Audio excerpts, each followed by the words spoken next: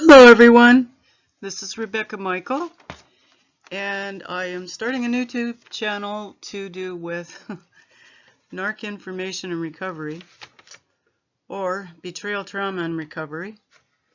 So I'm just going to go down a list of things that I'm going to cover. Narc pathological envy and malice I covered in the last one.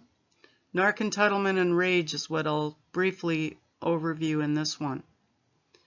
Okay, so the Narc pathological envy and malice leads to the Narc entitlement and rage. This is because they don't individuate. They're emotionally arrested anywhere from age 5 years old. The cap is adolescence, 14, some of the experts say. So basically they're like spoiled children. So they want things the free and easy way, or the path of least resistance, the path that doesn't lead to individuation. And so they have no core identity. And therefore they need external and validation, and that's where we come in. They're very parasitic. And so they target us when they see our super traits usually, in terms of being a primary target for sure. They do target transitional targets, or panic picks as they call them, or emergency supply, but that's just to get them through the desert on a horse with no name type of thing for a stretch of time. For primary supply though, they're looking for givers, they're looking for generous people, they're looking for people that have done the work of an individuation, and then the envy starts. The entitlement starts because you're going to be successful if you're applying yourself and individuating. And they feel quite entitled to this without the work that the rest of us have to do. We all have issues here. But do you face them and work through them? Or do you run and hide and parasite off other people? Well, that's the option they use.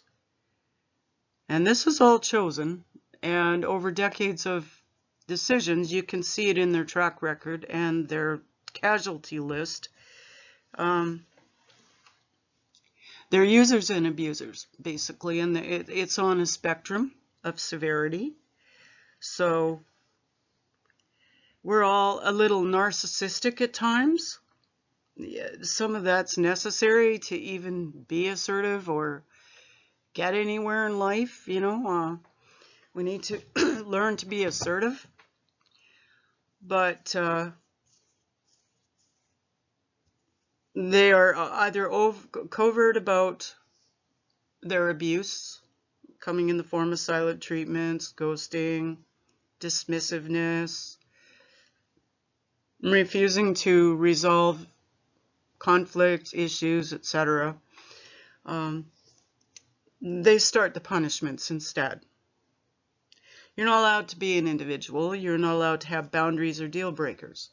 In the beginning, they mirror you as if they agree with your values, your morals, your standards, because we have standards. They don't. They don't have integrity. So they have very loosey-goosey, unstable morality, to call it that. If you want to call it that, it's not. But this is because they're low conscience and they're low empathy. They do have cognitive empathy, so they can cold read us. They know what they're looking for. And so they target that. They target that especially for primary caregivers. And then they go about the business of parentifying us so that they can have us for a home base, and then just behind our backs, if they're covert or if they're more overt because they think that you'll accept it, they're infidels. So they're going to be doing pretty much whatever they please while trying to manage you down if you have an issue with that. So that's my first video on this, and I'll get back to this. I'm just testing right now. Rebecca Michael, over and out.